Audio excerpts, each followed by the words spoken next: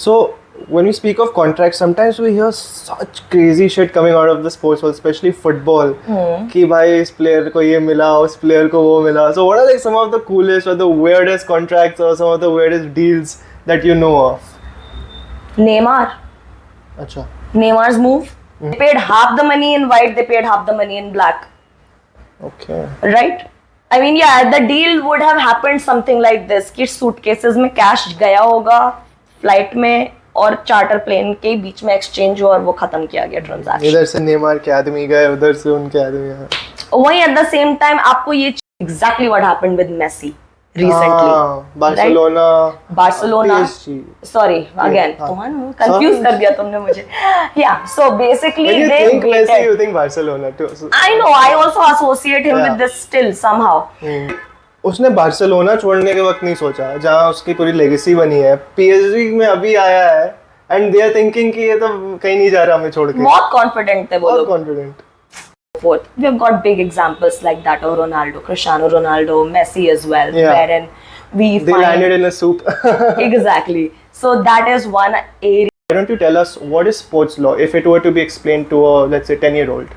Well, why did you choose sports law? Like, were you an athlete yourself? Did you play some sport? What attracted you to sports law? सिर्फ law क्यों नहीं किया आपने? Sometimes it happens, like, you know, so we have so many cases of engineers doing IIT, they go into IIMs, and then what they do in life is completely वो चाय बेच रहे हैं. So, I mean, what are some of the landmark judgments? So, what are some of the important cases in the world of sports law according to you? कोई से भी आप पूछोगे ये क्वेश्चन, पहला answer will be बॉसमन.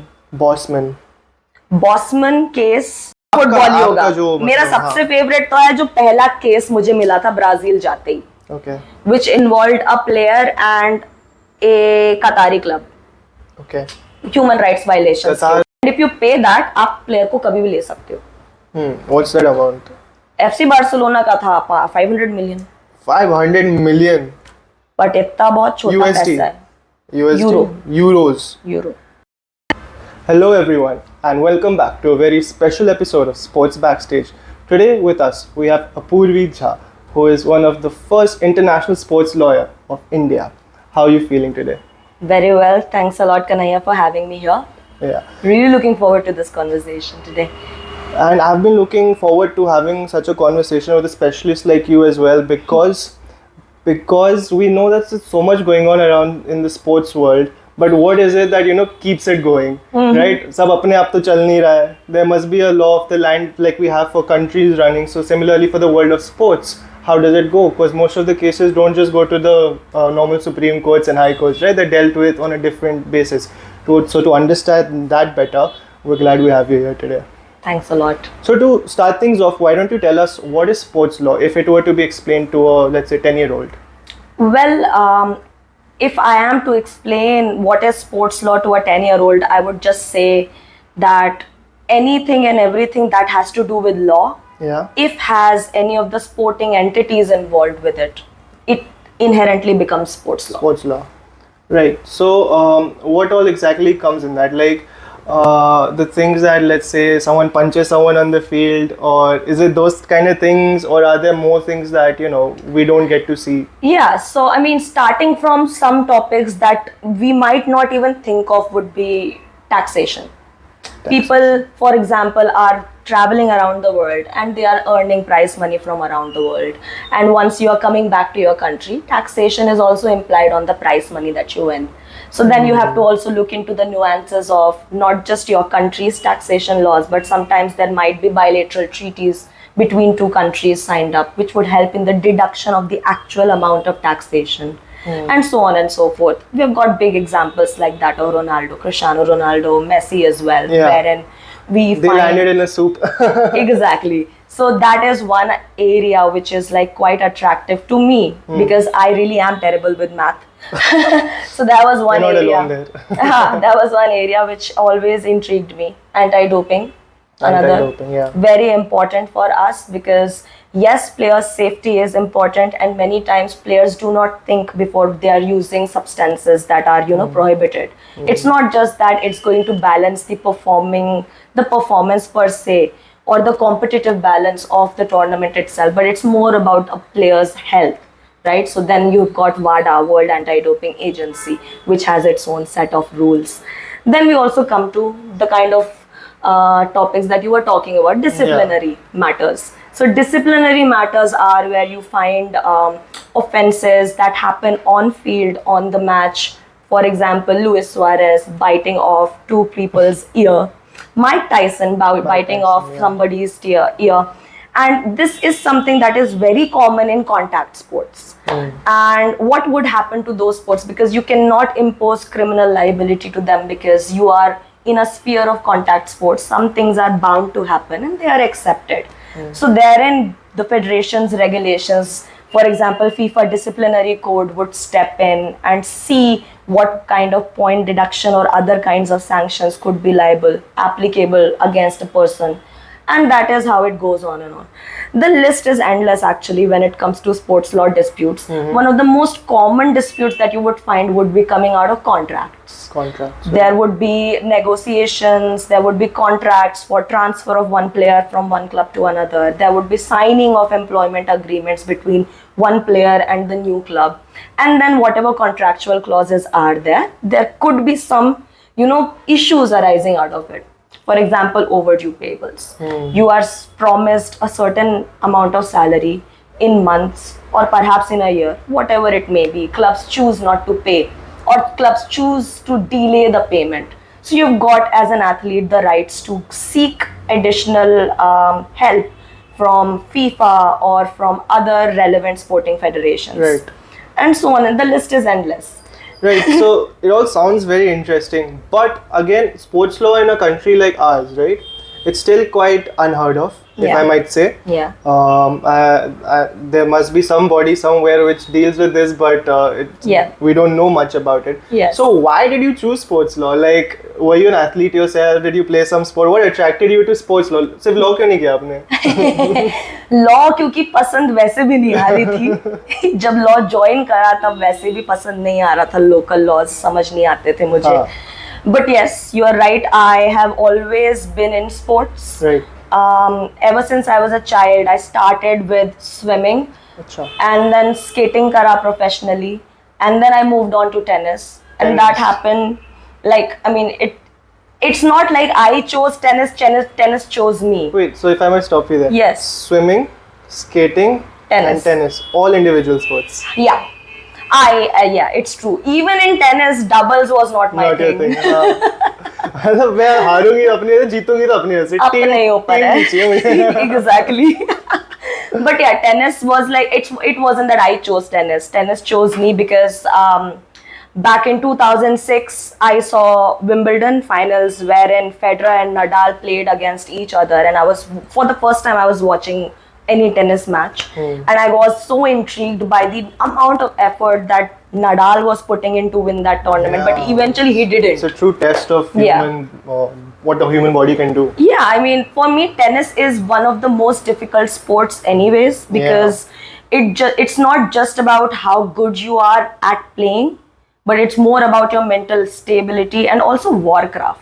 Yeah. Because during the game, you are not just playing the match per se, but you are trying to figure out what the opponent is trying to do. Coaching isn't allowed. Only limited number of big tournaments would allow coaching. So you are literally on your own. Yeah. So it was quite fascinating. And yes, tennis is one of the most difficult and technical sports to learn. So yes, it was like a challenge, and rather I was a big fan of Nadal. The moment I saw that match, I was a big fan of Nadal. I still am. And he is the reason why I started playing tennis. With tennis, I opted for professionally playing tennis in my initial days. Right. I've played CBSCs, I've played SGFIs, but the moment I was done with my 12th, just like many of us, हमारे family वाले जो हैं, खेलकूद इतना समझते नहीं हैं. And जब खेलकूद नहीं समझते, तो ठीक है, लाइफ में करना क्या है? Exactly. नहीं, अगर आप टॉप पे भी होगे ना, तो your parents would expect you to have a balance between studying and sports, because out here the notion in our country is that खेल कूद खराब करता है आपको, पढ़ाई लिखाई आपको अच्छा बनाती है. Yeah. So that idea aligned with my parents' psychology as well, because they are both PhD holders. So they are all coming from the academic field. काफी And pressure. हाँ, और वो भी मतलब ऐसे नहीं हिस्ट्री उन्होंने साइंस मतलब biochemistry, organic chemistry. So yeah, I mean, despite the fact that they encouraged me a lot in tennis, they allowed me to play tennis every day for 7 hours. But at the same time, I was expected to come back home and just get back to studying as well. With your studies, yeah. So when 12th happened, I was asked what I wanted to do. Honestly, I didn't know what I wanted to do. Yeah. All I knew was tennis by that time. So I just told my dad, I just asked my dad to tell me whatever he chose. And he asked me to do law. And I asked him why, and this is his words. अरे law school में कोई पढ़ाई नहीं होती. सबसे easy entrance exam law school का होता है. तुमको कुछ नहीं करना पड़ेगा, तुम आराम से चले जाओ. And I was like, okay, fine. I knew that I have this capability in me. Whatever I do, I'll do well in it. So I opted for law. But while I was studying law, while I was studying the local laws, I wasn't enjoying it at all. So by the time I reached my second year, I decided on dropping law. Right. I spoke with my parents. They kind of were in agreement, because they were like, if you're not happy, then it's fine. But then they were like, give yourself another year. 2 साल में आपको नहीं पता चलता, ये 5 साल का course है. Every semester you are learning new subjects. Yeah. You might not be aware of the subjects that might be taught to you in future. Correct. You never know what you might like. Yeah. Exactly. So by the time 3rd year happened, public international law came. And Professor Rashmi Raman from UP Jindal University, she taught us public international law, and I was fascinated the way she taught us. And I was fascinated by international laws. By that time, I chose the area of international law. कि ठीक है, international law में करेंगे. First you chose international पहला law. love था international law. Got it. उसके देश के बाद बाहर जाना है मुझे. देश के बाहर का भी मतलब. But it just interested you. I just liked the international laws more than domestic laws, perhaps because, especially in our country, domestic laws are quite complicated. Right. For example, civil procedure code is huge. It's like Moti this thick a document, right? So, it was very much complicated. Yeah. International laws ज़्यादा complicated हैं because they are overlapping each other. But for me, it came just naturally to me. That understanding came naturally to me. Perhaps that is because my parents always gave me that global exposure, right? So that happened, and then I was playing tennis every day in my university, and one of the professors who used to teach sports law there, Professor Weatherly Schwab, she is no longer part of the JGU Jindal family as a professor, but she saw me playing tennis, and she just randomly came up to me and told me that, there is this thing called sports law. And I teach sports law in here. Why don't you choose that subject, come learn, and see if you find it fascinating. Wow. It took me 2 semesters to get that subject, by the way, because it was so popular out there. अच्छा. ना तो bidding होती है वहाँ पे, auctions होते हैं.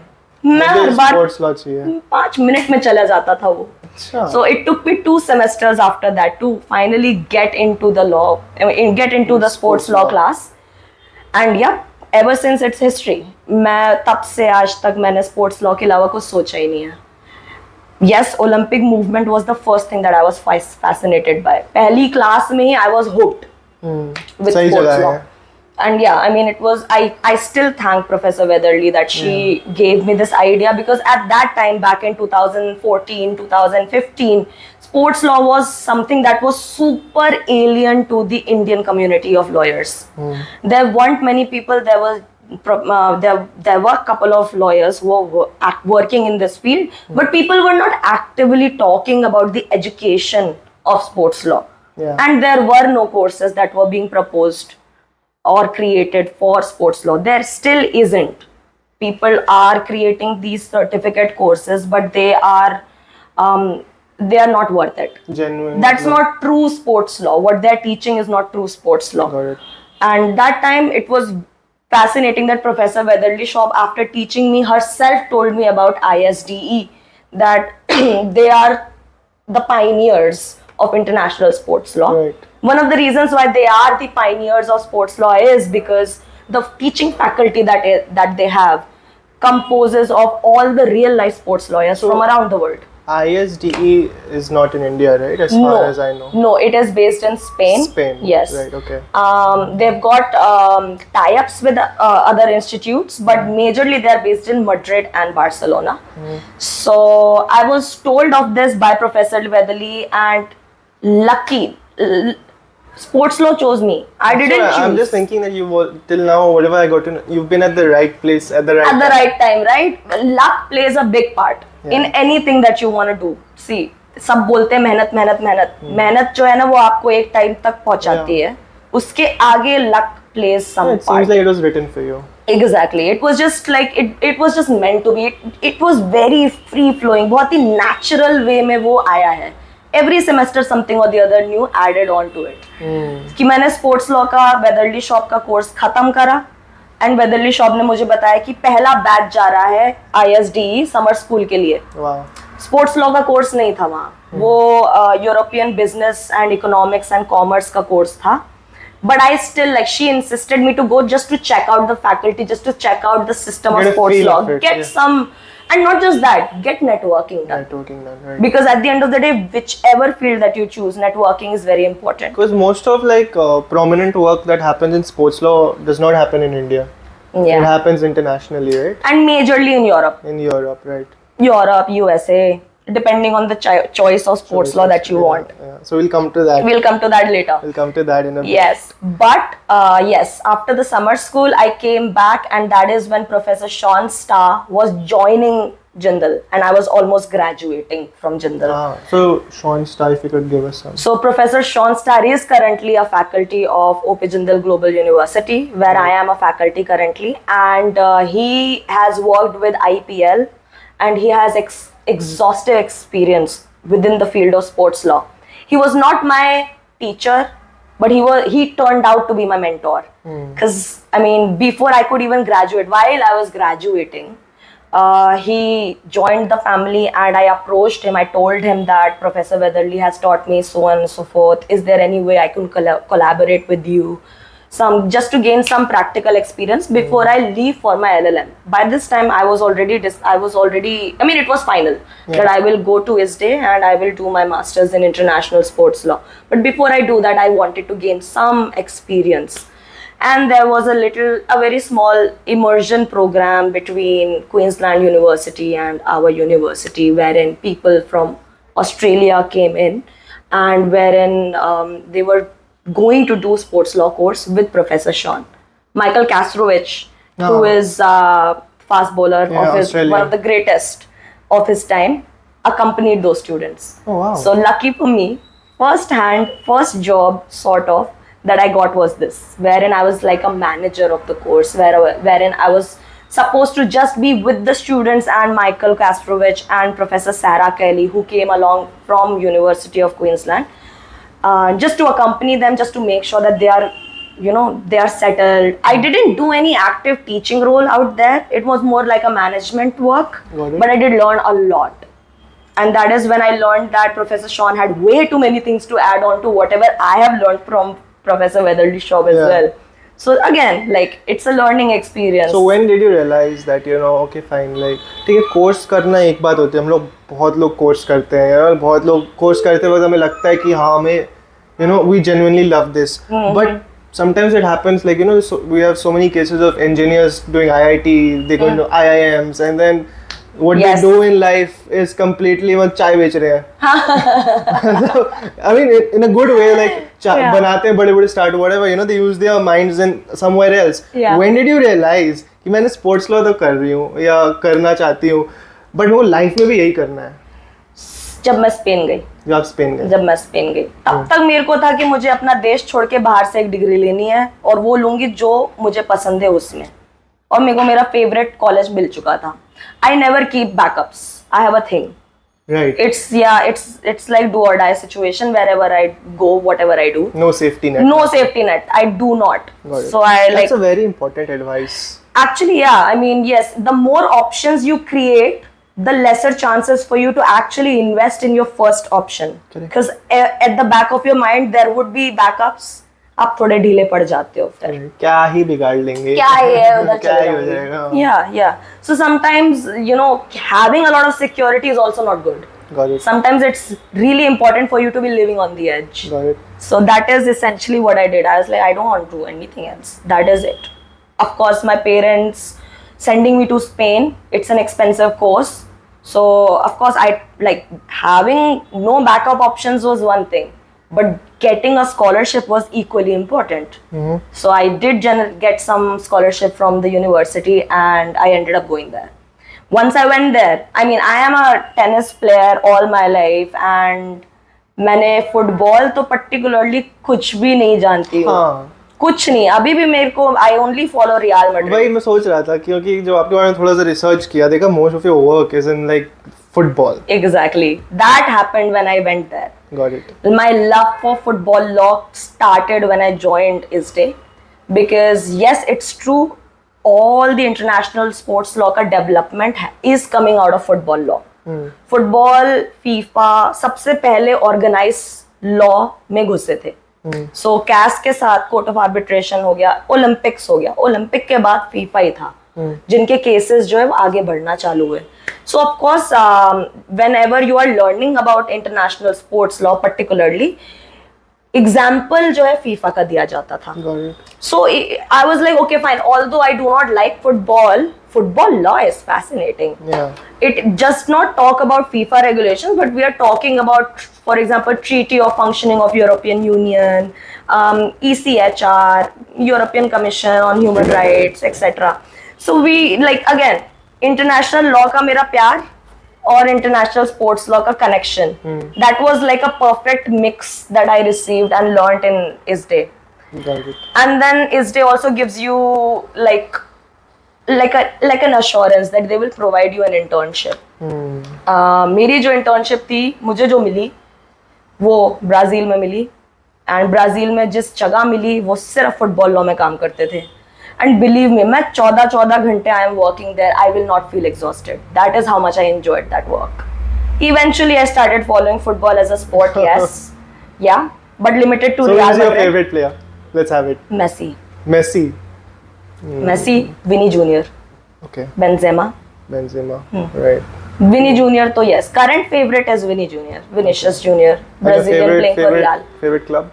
Real Madrid. Real Madrid. Okay. Always. I will always be very, very loyal to Spain and Spanish athletes and Spanish franchises like Real Madrid. Got it. So now that we know how it all started, थोड़ा सा मतलब audience के हिसाब से या layman के हिसाब से देखते हैं कि हमें क्या पता है स्पोर्ट्स लॉ के बारे में. ज़्यादा नहीं पता first of all. Secondly, the images that we have when we think of sports law, mostly when we think of someone, I think sports agents come to mind. That movie, what was that? जिसमें Tom Cruise है. आज ही मैंने दिखाया ना example. What's the name, man? What's the name of the movie? I'm forgetting.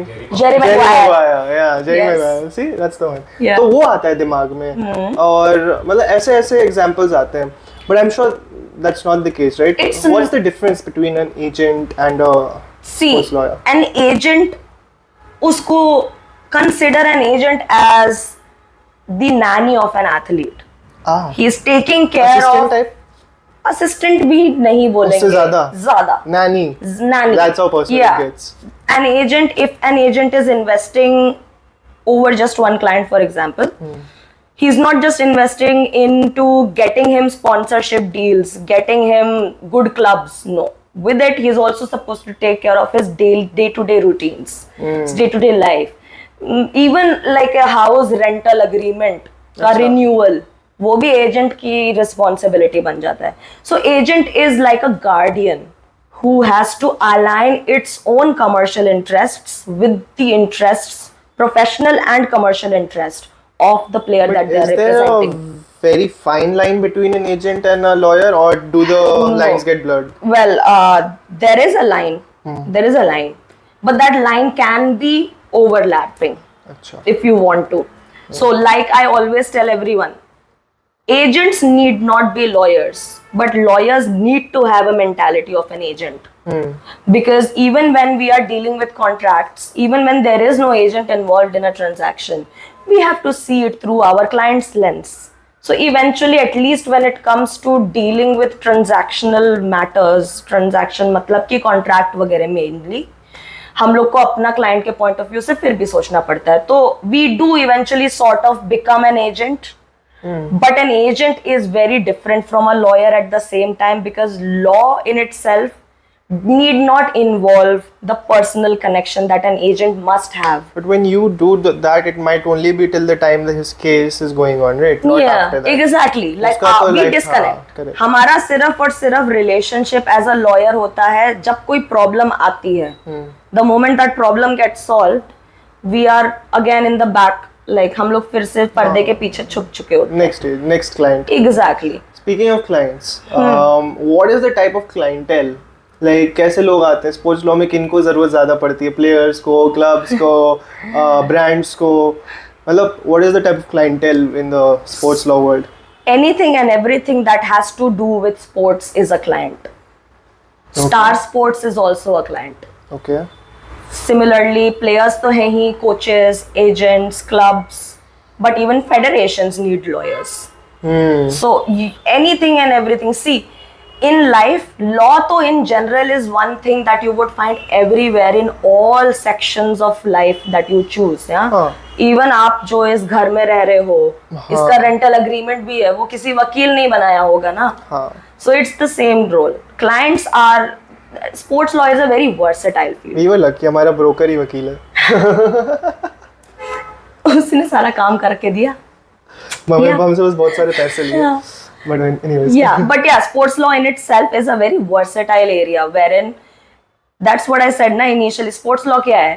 कोई भी चीज जहाँ पे आपको वकील की जरूरत पड़ जाए, wherein एक पार्टी जो है वो स्पोर्ट्स से कनेक्टेड है, becomes sports law. जिधर भी कोई कॉन्ट्रैक्ट इन्वॉल्व हो. कॉन्ट्रैक्ट, हाँ कॉन्ट्रैक्ट इन्वॉल्व. बिना कॉन्ट्रैक्ट के आप काम कर सकते हैं. If there is no contract involved in a, मतलब, for example, there's a dispute between two parties, but let's say it was over, what do you say, a verbal agreement or something.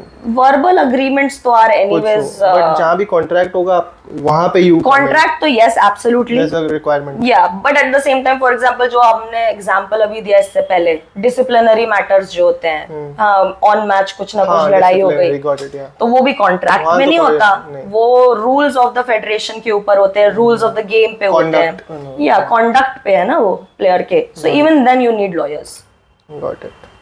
So, what is like, okay, so now that we're diving into the world of sports law, जैसे law के बारे में बात करते हैं, we know there are a lot of landmark judgments where, you know, people base, what do you say, people refer to them for further cases and stuff. So what are some of the landmark judgments? So what are some of the important cases in the world of sports law according to you? कोई से भी आप पूछोगे ये question, पहला answer will be Bosman. Bosman case goes all the way back to 1993, 1994. And basically अभी हम लोग को जो फुटबॉल दिखता है वो कुछ भी नहीं था वहाँ तक in those times. We are talking about the time when players were not at all free to move from one club to another at their own will.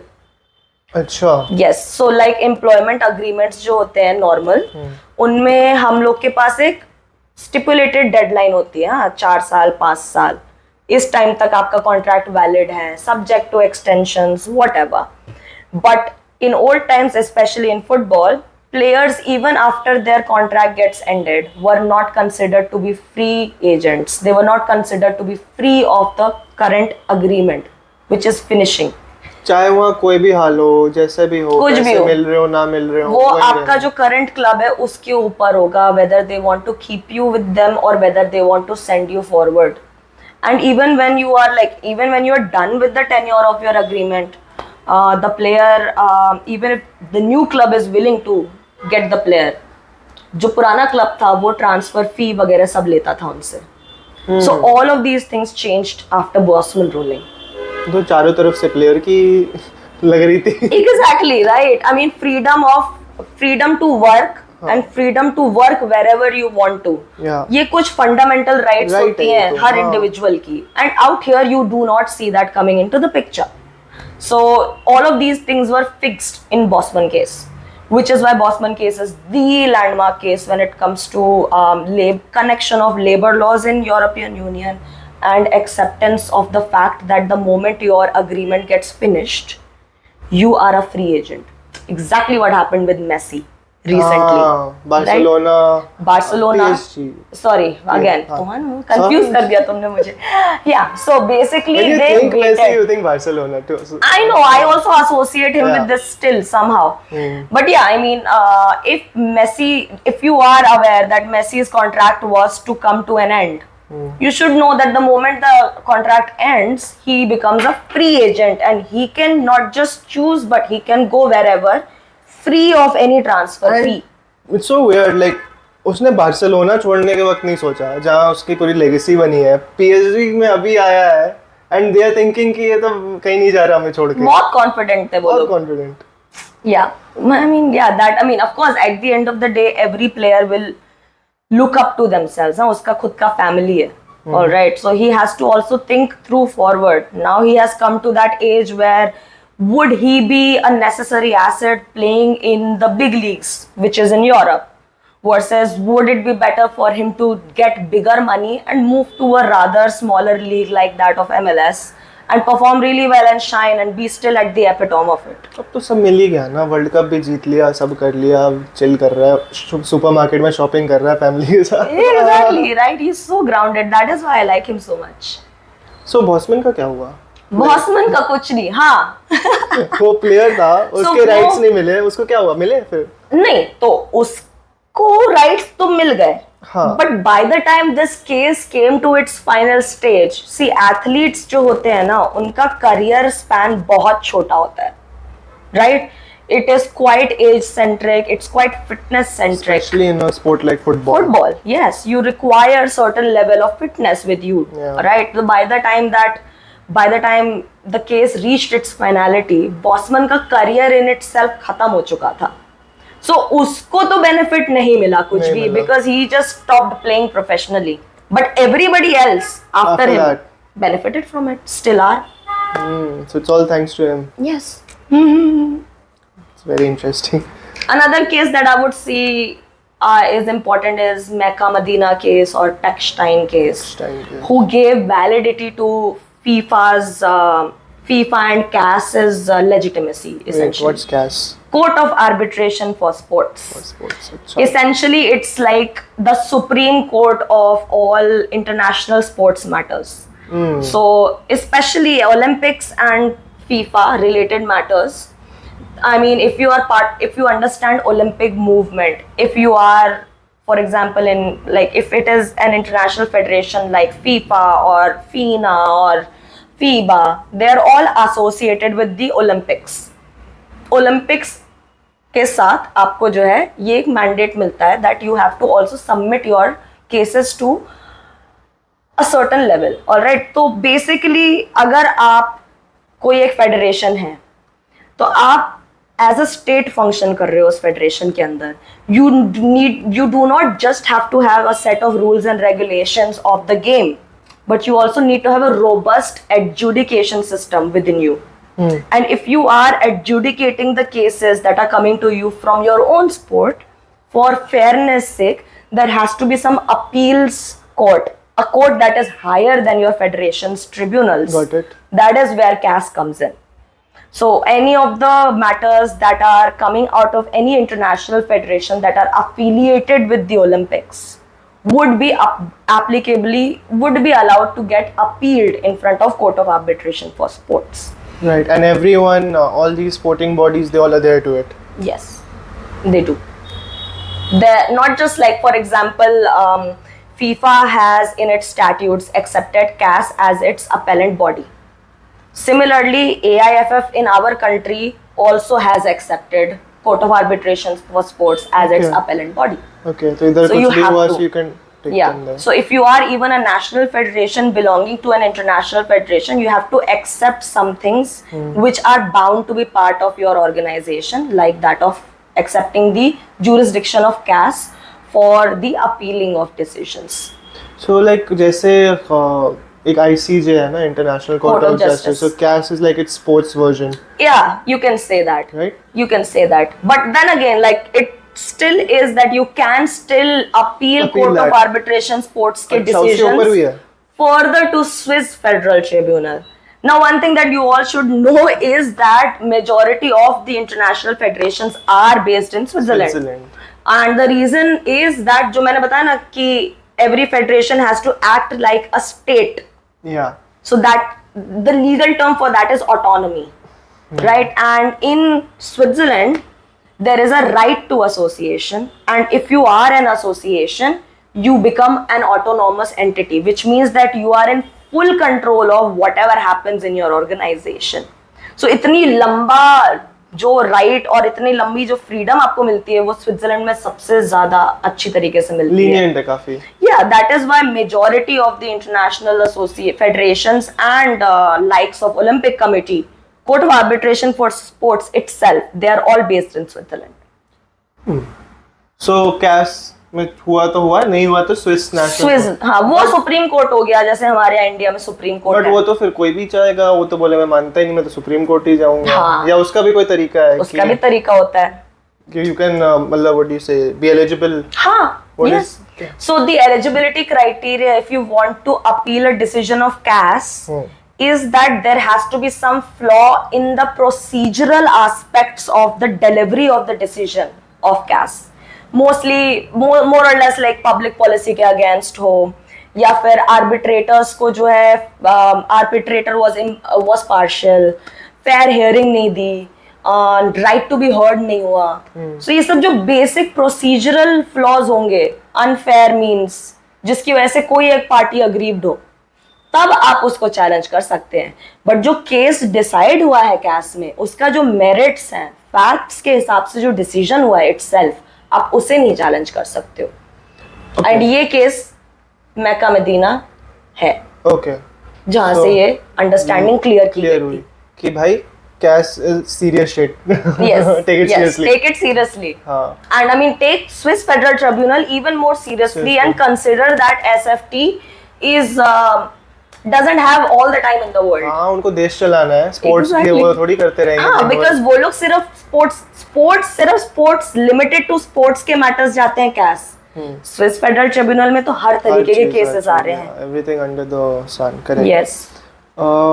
So what I'm saying is that since CAS is arbitration body, right? So arbitrators भी होते हैं. So वो जो arbitrators होते हैं, वो लोग क्या, उनका बैकग्राउंड क्या रहता है? Like what makes them eligible to arbitrate? Very unique to sports, I would say. This idea is. Yeah, because मतलब अभी तक मैंने कहीं और नहीं सुना. नहीं, arbitrators होते हैं, but like एक sports के लिए अलग से. वो तो हाँ, yes, it's quite unique to CAS. And one thing that we need to know is कि arbitrators जो हैं वो lawyers नहीं होते. हर बारी जरूरी नहीं है कि lawyers. अच्छा, okay. Lawyers होते हैं, but अगर आप lawyer नहीं भी हैं, तब भी आप arbitrator बन सकते हैं. You just need to have an inherent experience working in the field of sports. So say for example, if you have been a board member of some international federation for like 4, 5, 6 years, that can also help you in getting a seat as an arbitrator. So it needs and to be... within sports court of arbitration for sports दो अलग-अलग list होती हैं. Okay. एक होती है general arbitrators की list, जहां पे आप किसी को भी ले सकते हो. But like I said, football सबसे ज्यादा है मैटर्स, सबसे ज्यादा केसेस उधर. तो football arbitrators have a separate list. So for you to become a football arbitrator within CAS, you need to have an inherent experience dealing with football. Okay. So academicians like Ulrich Haas, he is also an arbitrator, but he is actually right now an academician. He's not practicing law, right? But he still is one of the big names in this area. Ephraim Brack is a lawyer, but is a big name as an arbitrator. So you will find all kinds of professions as long as common background होना चाहिए, sports का connection and sports का experience.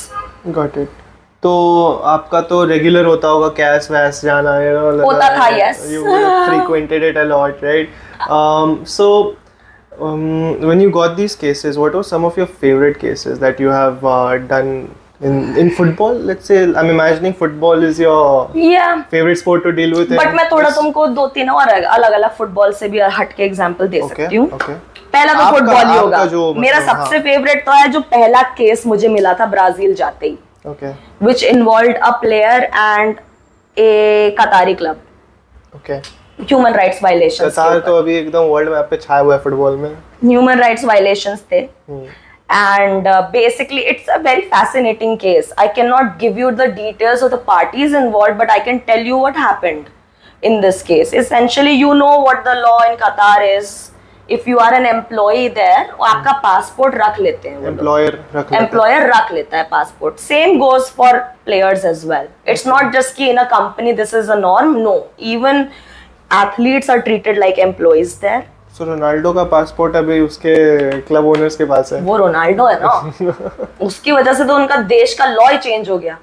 हाँ, उस पे आएंगे हम लोग. आएंगे बाद में केस के बारे में. बट हाँ, तो this guy essentially had his wife who was pregnant. Brazilian player wanted to deliver the baby in Brazil at her home country. And I mean fascinatingly, इस बारे में अपन आगे भी बात करेंगे. बट हाँ, उसके कॉन्ट्रैक्ट में भी था कि अपना बच्चा वो डिलीवर, उसका जो है डिलीवरी ब्राजील में होगा. But unfortunately one of the again very common disputes that come to a lawyers table is overdue payables. So that player was also not given 3-4 months of salaries by this time. So he had overdue payables and his passport was also kept with him. And उसके contract में condition थी कि आपको airport पे रोक दिया जाएगा अगर आपको क्लियरेंस सर्टिफिकेट नहीं मिलेगा क्लब से तो. सो बहुत बारी इनने डिफॉल्ट नोटिस भेजा, याद कराया कि हमें पैसे दे दो, याद कराया कि मेरी बीवी और मुझे जाना है वापस Brazil. And the club was not responsive enough. Eventually they just like lost all hope and they tried to flee the country. So they went to the airport. Airport गए, वहाँ पे airport authorities ने naturally रोक दिया उनको. Why? Because they didn't have a clearance certificate. So that is where they called up the club again. The player called up the club again. Not just the player, even the government authorities did.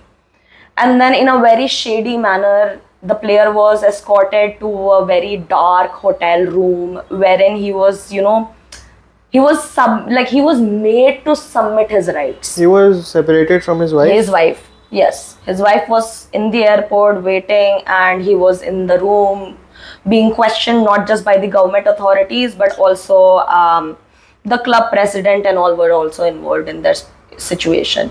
Essentially what the club did was उन्होंने pressurize करके उसको एक termination agreement sign करवाया. उसमें लिखवाया कि कोई overdue payables नहीं है. और उसके बदले में उसे क्लियरेंस सर्टिफिकेट मिला. Now at that point of time all the player can think of was कि भाई let me just go. He signed whatever they wanted him to sign. He got the certificate and went back home. But of course there were heavy human rights violations involved in here. So eventually we had to take a case forward to it. So that's one very unique case that I dealt with. It's the only human rights violation case that I dealt with. Second involved corruption charges. Just to, because it's a very, what do you say, impactful in the wrong way type of case. मतलब बुरा लगा बहुत सुन के कि what had happened with him and his wife. So CAS does not deal with human right violations. आपको human rights का आपने कैसे prove किया एंगल? यार ये सीधे सीधे पूरा बता तो सकती हूँ नहीं, but let's just say कि मैंने यूरोपियन लॉज को ट्वीक किया था. Okay. European laws on human rights को ट्वीक किया था. And yes, even if directly आपको ह्यूमन राइट्स वायलेशंस के बारे में दिखता नहीं है CAS में, फीफा, ओलंपिक कमेटी, ये सब यूनाइटेड नेशंस के जो है मेंबर्स हैं. So you can use United Nations and you can use human rights violations using that. Exactly. So we used those laws against it. And it helped us because the transaction was international. Justice was served. Justice was served, yes. Okay. Eventually, yes. Yeah. So yeah, that was the outcome of the case. But that happened way after. Like I was back home. I left my job. I was back home, but my boss told me that we won the case. So that was a very nice feeling personally. Yeah. Good job. दूसरा case जो था वो corruption के ऊपर था. Okay. International Tennis Integrity Unit थी एक, and they were analyzing one player's move around the world, wherein the player's father was using his wealth to get her wild cards. So indirectly to catch that player, they came to know that the same player tried to play a tournament here in Brazil itself, wherein she was also given a wild card. So the person with whom I was talking to, I was representing my client who was part of the Brazilian Tennis Federation, okay? And I was in direct touch with an ex-FBI agent at that time. FBI and all. Yes. So Tennis Integrity Unit has got their agents, which are sometimes ex-FBI agents as well. So that was another interesting case. Sounds very narco. No narcotics were involved in this case for sure. But yes, so again, quite something that I don't see in a very day-to-day lifestyle of a sports lawyer. It was quite different. Yeah. Yeah. So, okay, so one very important thing that you mentioned was, in the case previous to this, was that there was a contract. Contract में उसने लिखा था, but वो अलग बात है, contract follow नहीं हुआ, अबाइड नहीं हुआ, and ultimately the presence of that is what got him justice as well, right? So when we speak of contracts, sometimes we hear such crazy shit coming out of the sports world, especially football, कि भाई इस player को ये मिला, उस player को वो मिला. So what are like some of the coolest or the weirdest contracts or some of the weirdest deals that you know of? Neymar. अच्छा. Neymar's move. Under the table sub हुआ. When he moved to PSG. Okay. Yeah, I mean everything that, I mean, we all know that case, huh? We all have talked about it. So many articles have been written on it. So I mean, yeah, I mean, problem, for example, in Spain. But ये तो Spanish agreement था ना इनका. So all these Spanish clubs have a thing called buyout clause. हाँ. Yeah. So buyout clauses are quite unique to Spain. If you could like explain it in like simple terms to people. हाँ, buyout clause essentially is where आप एक clause होता है कि आप कभी भी as a new club who is interested to hire a player from their current club can pay a lump sum amount of money which is already mentioned in this buyout clause. And if you pay that, आप player को कभी भी ले सकते हो. What's that amount? FC Barcelona का था 500 million. 500 million. But इतना बहुत छोटा USD. पैसा है. USD. Euro. इतना पर बहुत I mean, clearly we know PSG paid, right? Yeah. They paid half the money in white, they paid half the money in black. Okay. Right? I mean, yeah, the deal would have happened something like this कि suitcases में cash गया होगा flight में और charter plane के बीच में exchange हुआ और वो खत्म किया गया ट्रांजैक्शन. इधर से नेमार के आदमी गए, उधर से उनके आदमी आए. वहीं एट द सेम टाइम आपको ये चीज रियल मैड्रिड में नहीं होती हुई दिखेगी क्योंकि उनके भी बाय आउट क्लॉज है. बट बाय आउट क्लॉज पता है अनलिमिटेड होता है. रियल मैड्रिड का बाय आउट क्लॉज है वो सीधा 1 बिलियन है. आप कुछ भी ना अमाउंट लिख सकते हो ना. तो एफसी बार्सिलोना की सॉर्ट ऑफ गलती यही थी कि उन्होंने 500 मिलियन सोच, because see it's true Neymar के पहले कोई इतने बड़े बड़े नहीं होते थे ट्रांजैक्शंस, बट नेमार के बाद कितने होंगे तुमको ही पता होंगे. या सो मेनी सडनली फीस सबकी कितनी बढ़ती गई है. सो या that is one contractual nuance which is quite limited to Spanish clubs but has been used. And एक तो मतलब ये सबसे बड़ा नाम तो नेमार का ही गया था. Got it. Another thing that I would say is players जो होते हैं उनकी भी अपनी अपनी इच्छाएं होती हैं. They are also like, especially when we're talking about elite athletes like the cream, you know, likes of Benzema, likes of Mohammad Salah, they have their own personal needs. तो कई बार ऐसा होएगा कि नेगोशिएशंस में प्लेयर बोलेगा कि मेरे को मिनिमम 7 BHK हाउस चाहिए. 7 BHK house, okay. And club will see usually clubs जो होते हैं वो आपको, अगर आप टॉप प्लेयर हो ना तो बेस्ट आपको फैसिलिटीज देते हैं, जो बोलते हो मानते हैं. या but sometimes people like make sure कि वो मिनिमम रिक्वायरमेंट्स आप जो है कॉन्ट्रैक्ट में डालो. हाँ, तो आपका जो बेसिक एम्प्लॉयमेंट कॉन्ट्रैक्ट होता है उसमें आप जो है एड ऑन करा सकते हो ये सब आपके चीजें. And usually this happens with big players. But at the same time जो lower level mid level players होते हैं ना, उस टाइम पे आप ये देखोगे कि क्लब का ज्यादा अपर हैंड होता है. क्लब बोलेगा, क्लब की कंडीशंस कुछ ऐसी होती है जो कि आपको सॉर्ट ऑफ लगेगी स्लेव वाली है. हम जब आपको ट्रेनिंग के लिए बुलाएंगे आपको आना पड़ेगा. हाँ, या जब आपको ट्रेनिंग में बुलाएंगे आना पड़ेगा. जब हम बोलेंगे कि मेडिकल एग्जामिनेशन देना है आपको करना पड़ेगा. So all of these things are imposed on athletes as well. So we do not see big problems coming out of contracts of big players, but majority cases like sports law बहुत glamorous लगेगा सबको, but in reality it's not that glamorous because at the end of the day majority players जो हैं वो Ronaldo Messi नहीं है, हाँ mid level players हैं, सेकंड डिवीजन लीग में खेल रहे हैं, इवन फर्स्ट डिवीजन में भी सेकंड टीम में होते हैं. सो उन लोग के साथ जो है ज्यादा अनफेयर होता है. ओवरड्यू पेबल्स जैसे मैंने बताया बहुत कॉमन है. मेजॉरिटी केसेस जो वो ओवरड्यू पेबल्स के जाते हैं. So yeah some of these things you know you get out of contracts की अंडरस्टैंडिंग. कई बार कॉन्ट्रैक्ट में कुछ लिखा होता है और कुछ और ही हो रहा होता है, and at the end of the day what like thankfully like contractual stability is a thing in FIFA as well as other international federations, but at the same time you also have to ensure that those contractual clauses do not go beyond the law that is accepted by FIFA or any other international federation. So say for example you cannot make a player sign a contract which has a tenure of more than let's take another example. You cannot have a player sign a contract जिसमें लिखा हो कि 4 बारी वो player जो है एक season में मूव कर सकता है.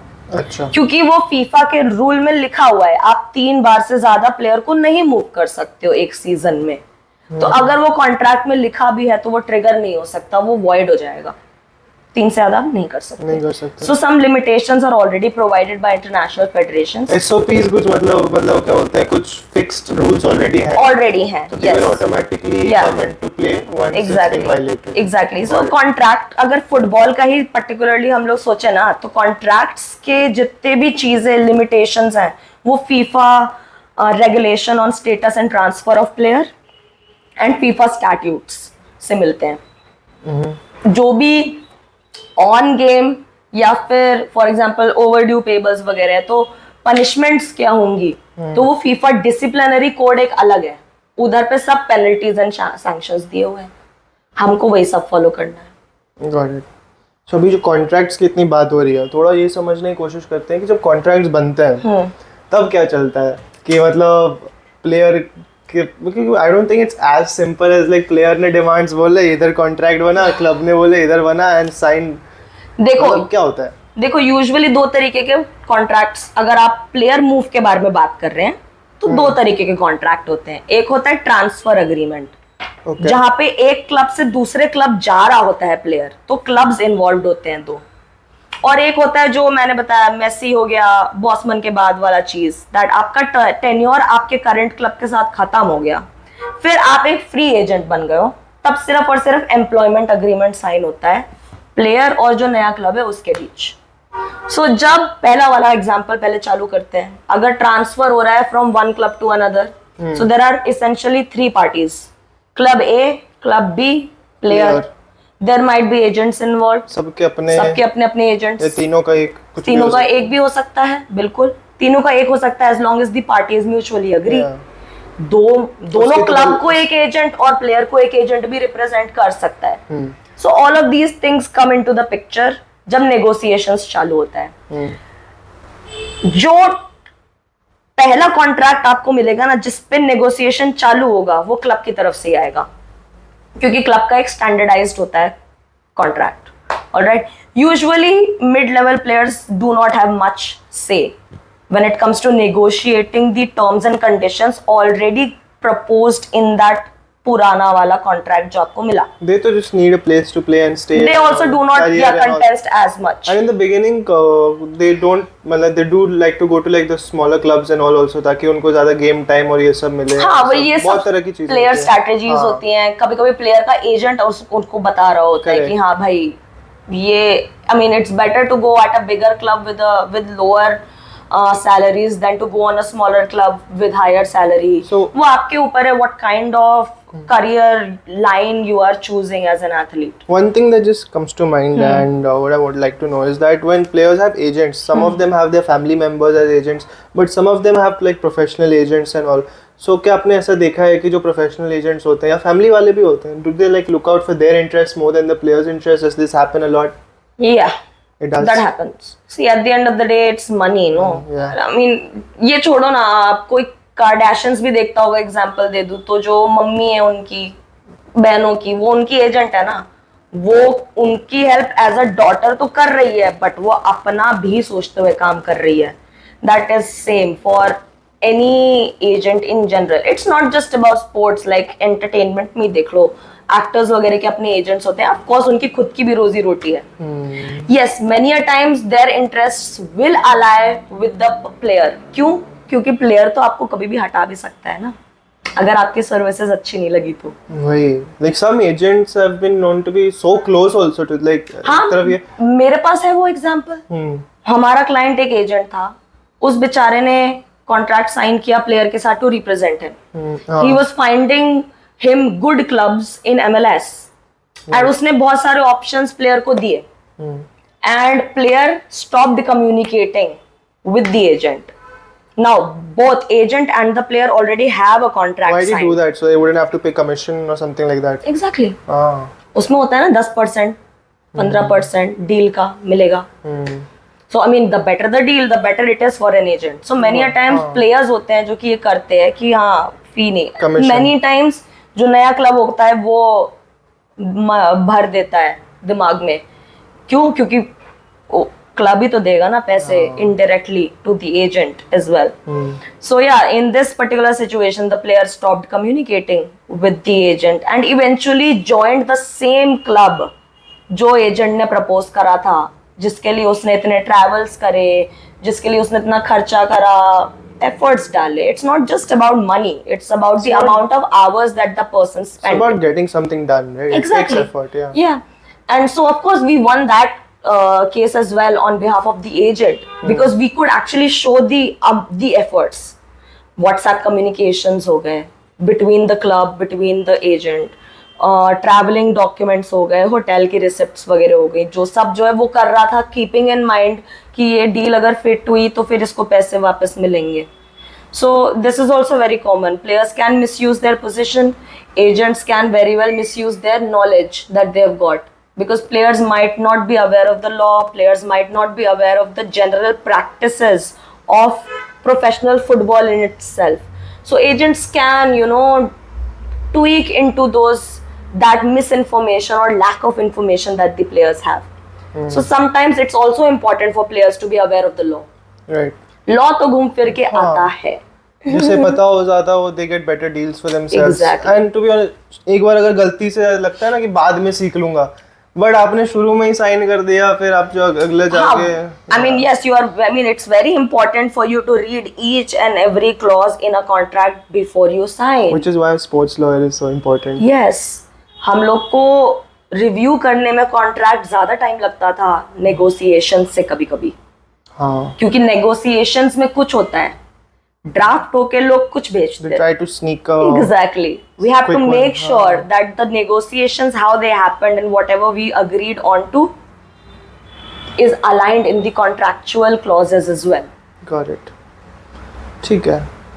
मेरे को एक चीज़ और जाननी है कि जैसे बड़े एथलीट्स होते हैं, अब उनके साथ आता है बहुत सारा फेम, बहुत सारा क्या बोलते हैं क्लाउट.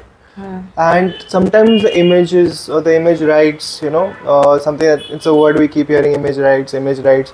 But एक चीज़ उतनी क्लियर नहीं है मुझे भी और शायद काफ़ी लोगों को भी, कि जैसे कई जगह YouTube हो गया, न्यूज़पेपर हो गया, ये बड़े बड़े फोटो छपे रहते हैं उनके, उधर कुछ मतलब पैसे वैसे तो लगते नहीं, कोई पे नहीं करता एथलीट्स को.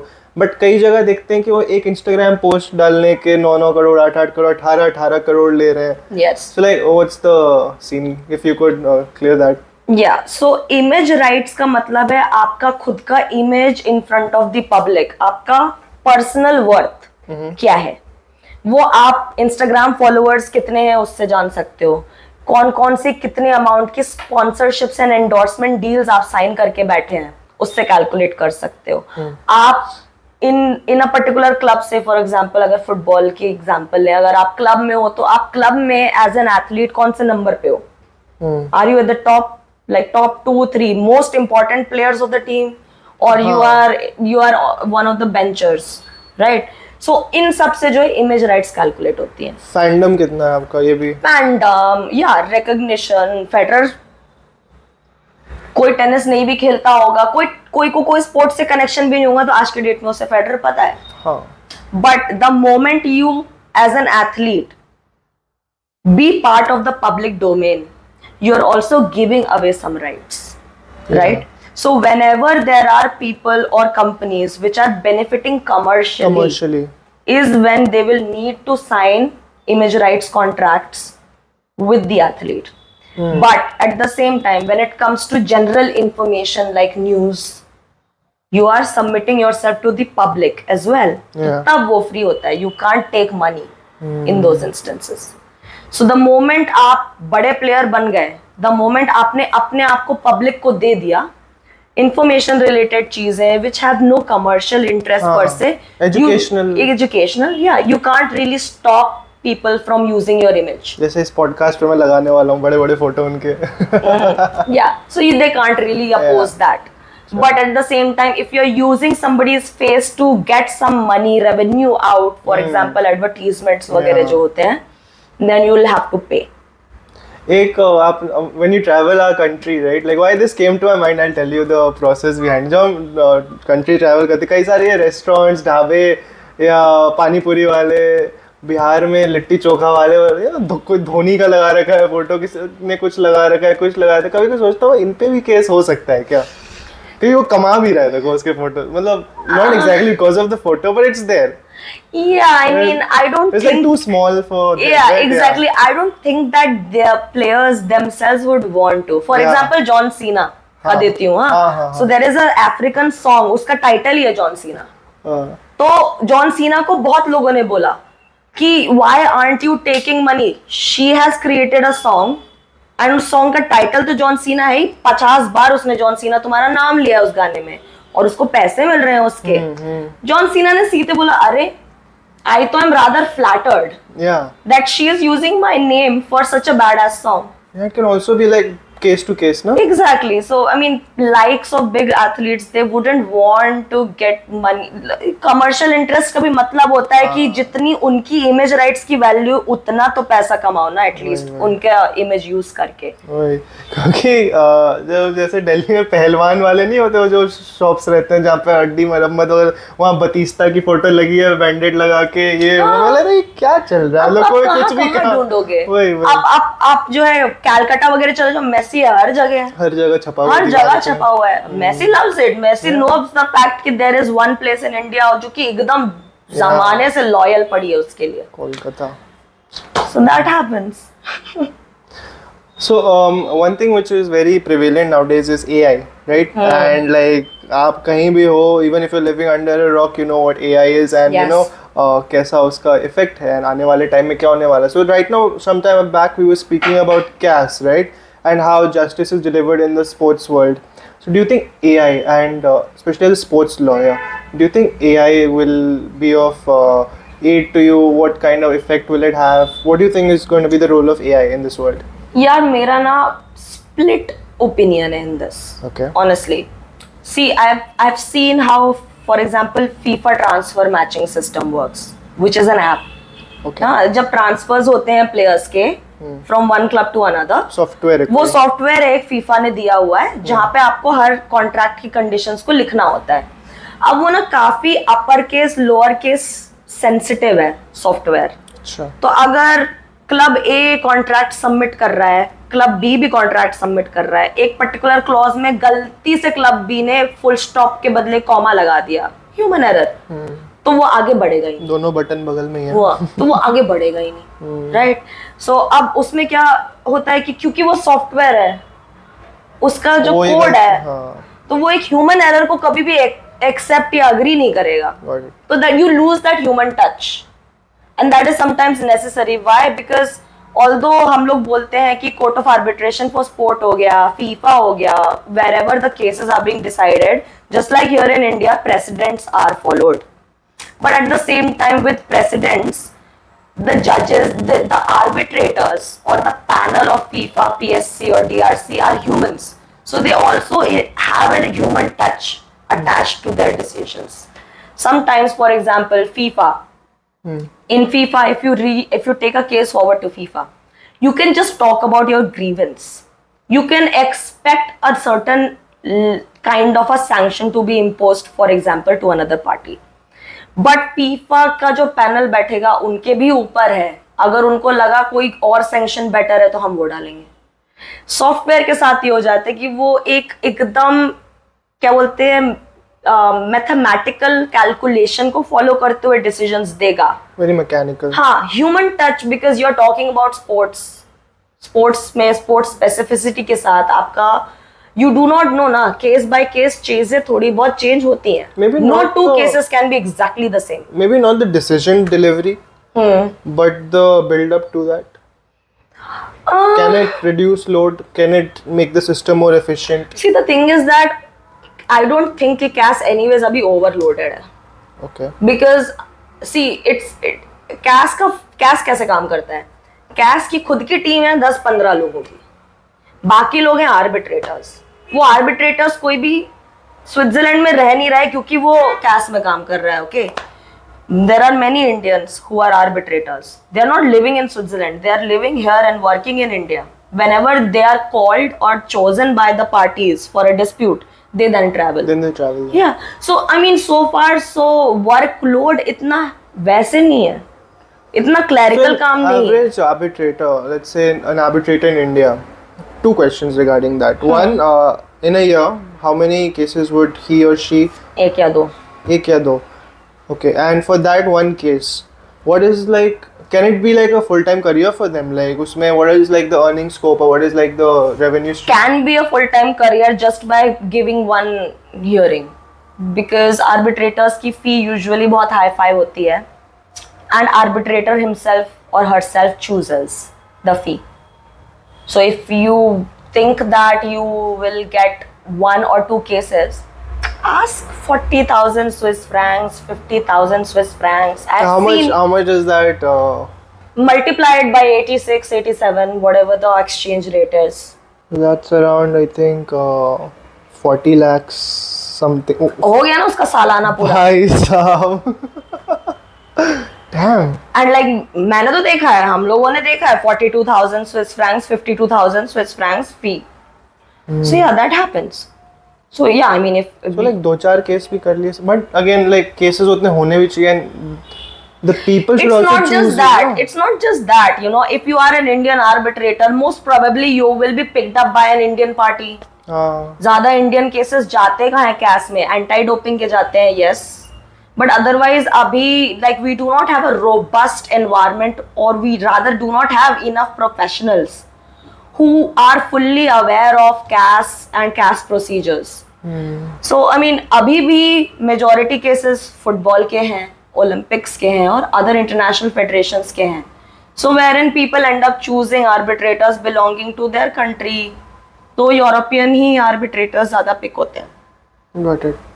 आप अब स्पोर्ट्स लॉ में आगे क्या करना चाहते हो? मतलब what you know like let's say 10 years down the line, what would make you happy in this world? I would be really satisfied with my life if I end up creating a very nice international sports law course for the Indians. I want the Indian economy to reach CAS, to go and understand the international sports law nuances as well, and not just to limit themselves to Indian laws and Indian jurisdiction. काफी left out feel हो रहा है, you know, like लग रहा है ना? sports वहाँ तक गया ही नहीं. अभी तक मैंने सिर्फ और सिर्फ यूरोप और साउथ अमेरिका के बारे में बात करा है. यार इतने अच्छे लेजेंड्स हैं हमारे पास, मतलब बहुत सारे केसेस भी हुए, कितने सारे, बहुत सारे. Okay, yeah. So I would the reason why I left Brazil actually was to create an environment of international sports law here. And that's what you're working on right now as well. Yeah, academically. Yeah. But yes, academically also, in my opinion, knowledge is unlimited, and knowledge is literally one place where you can create awareness. You can use knowledge to create awareness. So my opinion was, I think I am a great teacher as well. I've always had that knack of teaching. I can agree. I can vouch for that, because even in the podcast, I think इतने कम time में इतना कुछ सीख गया मैं. Yeah, so I believe that I have that quality. Yeah. So why not use it to my benefit?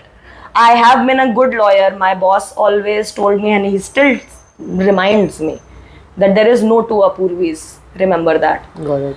But at the same time, I know that I am a better teacher, better academician than a great. Like, I want to be a great something, right? I do not think that I was capable of becoming a great sports lawyer. But great international sports law academician, तो मैं मेरे हिसाब से बनूंगी. So that is where my interests right now lie. More power to you on that. And I feel that someone has to start this in the country, right? Like someone's got to get the ball rolling. Yeah. And I think आप उसमें काफ़ी contribute कर रहे हो. And it's obvious कि ऐसा सिर्फ बिना motivation के तो हुआ नहीं होगा. So who are some people who really inspired you in this field in like your journey till now? Breno Costa Tanuri, मेरा boss from Brazil. Okay. Forever motivator, forever mentor, forever a father figure for me. I mean, when I went to Brazil, I was so lost. I was so nervous. It was my first job. Let alone, I was supposed to work firsthand directly with my boss. And I was the only person dealing with international It was your sports law first job? disputes. Yes. First job and you traveled to Brazil. Yeah. भाई Brazil player वे ठीक है वहाँ, लेकिन वहाँ का माहौल थोड़ा boom boom बैम बैम नहीं है. हाँ है. मैंने गन फ्लैश देखा है वहाँ पे, मेरे आंखों के सामने एटीएम में चोरी भी हुई है वहाँ पे. बट ठीक है, मेरे को फर्क नहीं पड़ता as long as I am fine. या माय बॉस मेड श्योर कि मैं ज्वेलरी वुलरी लेके बाहर नहीं निकलूं, घड़ी वगैरह सब बैग में डालूं, आईफोन बैग में डाल के ही बाहर जाऊं. दिल्ली में रहे हो आप? ट्रेनिंग मिल गई थी मतलब? मैं तो वही दिल्ली वाली हूँ more or less. I mean, I'm not belonging to. I do not belong to Delhi at all. I spend all of my life in and around in and around Madhya Pradesh. But since 2012, since I joined my law school, Delhi छोड़ो या OP Jindal University is in Sonipat, Haryana. मेरे तो दोस्त भी सब हरियाणवी थे. So yeah, and besides, like, I feel like you are safest if you are aware of the environment. Correct. It has nothing to do with the country. Yeah, if you're aloof, then you can anything can happen to you in the safest country also. Exactly. But yeah, of course, my boss was always scared because I never took public transportation to and fro करने के लिए from my office to my home. For me, that was like a fitness moment for me. 30 minutes of walk uphill, enough. दिन का मेरा work, because I was, like I said, I was working for 14 hours sometimes. So you cannot really invest in fitness. And being a player myself, if I do not do fitness, my brain stops working. So it was like a thing for me कि मैं walk ही करके जाऊंगी. But regardless, coming back to the question, Breno Costa Tanuri is somebody who like has been a father figure, motivator, and a mentor. Another one is Gufmundur Eriksson. He was an Icelandic ambassador. He has written. He was part of the drafting committee of International Treaty of Law of the Sea. What is that about? Law of the Sea. जो ships होती हैं, vessels होती हैं, जो कि बिना jurisdiction की कोई और country cross कर जाती हैं या फिर बम फेंक दिया वहाँ से, ये सब जो matters होते हैं, ये सब International Treaty of Law of the Sea के अंदर आते हैं. Okay. Not just that, what is the definition of island? So he contributes. What are coral reefs? All of these things around the world that has to do with maritime law and fisheries and everything. ये सब it laws के अंदर covered होता है. Okay. So he is like the father of it laws, and he was my first true mentor actually. उनने मेरे साथ when I graduated, I was supposed to write an SOP for the admission of LLM for international sports law. Gwalior से Sonipat is around 6 hours. मैं एक दिन पूरा 6 घंटा drive करके सिर्फ जिंदल आई हूँ just to sit with him for like 4 hours with my mother, and he helped me. Like we had like 7-8 drafts. He helped me throughout the process of that admissions. And ever since, it was that time and even right now, कल ही मैंने उनसे बात करी है in fact I was his assistant for Law of the Sea course last semester only. So we are always together, plus our common love for tennis. He has been part of the Icelandic national team and वो French Open भी खेले रखे. Oh wow, French Open. Yeah. He's 70 plus. He's deserving to be a role model, to be honest. As Yeah, I right? describe, कि I'd make him my role model. And all of this thanks to OP Jindal University. Because पहली चीज उनने मुझे not just global point of view दिया उस university ने, but at the same time they provided us international big personalities like Gofmundur, जिन लोगों ने हमें पढ़ाया है. They really like brought the best of the best to the Yeah, country. not just him. Vasilin Popovsky, he used to be an international court of justice ka judge. He's a faculty there. Interesting. Many others, many others. See, I think having a mentor in life, having a guide in life is very important. And I think आपके parents आपको motivate नहीं कर सकते because they do not know आपका career choice में आप करते क्या हैं. And it is never advisable, in my opinion, to seek advice from someone who do not know what you are doing exactly. And my parents, for example, even right now, despite me always being quite clear, vocal, and quite frank with them, I know that they cannot understand half of the things that I go through in my professional life because their professional life has been quite different. So you need mentors. got it. You need mentors, otherwise motivate आपको करेगा कौन? Self motivation एक time तक होती है. उसके बाद आपको आगे चलाते ही लोग हैं. बहुत बार ऐसा होता है, मैं बहुत लो फील कर रही होती हूँ तो I just drop a text to Breno, I miss you, that is enough. उसके बाद वो मेरे को रिमाइंडर भेज देंगे कि मिस यू ने भेज, मतलब वही understands if I have said I miss you और इफ आई से हाउ आर यू, क्योंकि मैं महीने 2 महीने में एक बार मैसेज करूंगी. ही हिमसेल्फ नो कि हाँ she is down low, so he will without me asking for it, he'll send some motivational thing for me. He'll remind me who I was there when I was working for him. ऐसे लोग जरूरी होते हैं life में. बिल्कुल. I think you've made a very what do you say, close knit and warm circle who care for you, who look out for you. Yeah, right? and it comes vice versa also. Na? If you are not respectful to them, if You gotta do earn not, it, obviously. you have to. To earn quality people in your life, you've got to be giving of the same vibes and the same energy Exactly. as well. Right? Yeah, Exactly. I agree.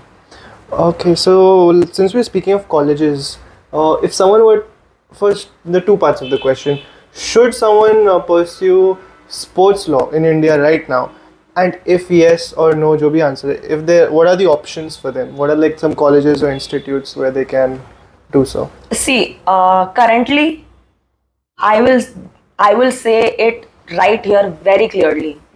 कोई भी अच्छा sports law course यहाँ नहीं है. In India, you do not have a good sports law course. People are offering weird diploma and certificate courses 2,000, 3,000 रुपए में. They are really bad. They are not teaching you the full picture of it. Let alone, they are not even making you connect with people who are actually working in this area. Because the people who are actually working in this area are pretty much outside the country. Yeah. So people like me, like मेरा भी center है, like I'm also associated with the Center for Sports Law and Business, Sports Law, Business and Governance from Jindal University. So even there, every summers we have interns coming in. So for those interns, then we, likes of me, who have been taught by real life professional sports lawyers from around the world, then we end up inviting those people online to give guest lectures to them. Again, ये भी मैं जो बोल रही हूँ, like these are those people who would charge you, at least individually they would charge like 5,000, 6,000 euros. So when, I mean imagine ना, आप अगर 2,000 रुपए का कोई कोर्स कर रहे हो तो आपको 2,000 रुपए की ही नॉलेज मिलेगी, उससे आगे की थोड़ी मिलेगी. So if you really want to invest in this area, you should invest properly, and like I said, I do not keep backup plans, go with the best. So yes, I would say that ISDE Madrid is the best. Okay. That is like the epitome of sports law. They are the creators of international sports law का master's course. They are the original creators. उसके बाद different universities like Melbourne University इधर हो गया, Deakin University हो गया, Manchester हो गया, what else? Massachusetts में भी है. UMass. हाँ, UMass में, sorry. तो ये लोग बाद में आए. रियल मैड्रिड का खुद का है, ला लीगा का है, right? They are all. Liverpool is also offering sports law course now. So essentially, but ये सब लोग जो फैकल्टी ला रहे हैं ना, वो ओरिजिनल फैकल्टी इसलिए की है. सो इन माय ओपिनियन ISDE जहाँ से मैंने करा है, not just sports law course but also global sports management का course, That's the best, because the best part दो चीजें. पहला, real life practically speaking आपको practical knowledge मिलता है, not bookish theoretical knowledge मिलता है जो कि कोई भी आके आपको पढ़ा सकता है. दूसरा, internships. क्यों? क्योंकि स्पोर्ट्स लॉ अभी भी बहुत ही क्लोज्ड नेट है. You need an entry, you need a gateway to enter that industry, and you get that if you are actually interacting with real life professionals. Yeah, networking भी तो चाहिए. Exactly, networking तो सिर्फ पढ़ के थोड़ी होता है सब में. जो भी मेरे mentors हैं ये सब क्या है, ये सब networking ही तो है. And they will always be looking out for you to, you know, कहीं कोई बढ़िया position या कुछ which you are deserving. Yeah. So I think nowadays, like, since sports is growing so rapidly, this is just my observation that there are various places, there are various sectors in the sports field जिसमें formal education भी आ गया है.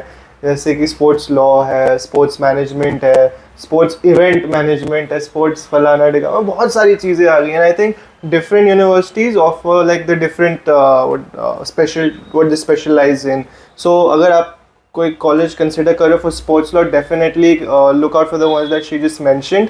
And if and I am an ambassador of ISDE, so you can approach me and we can find good options वगैरह for you.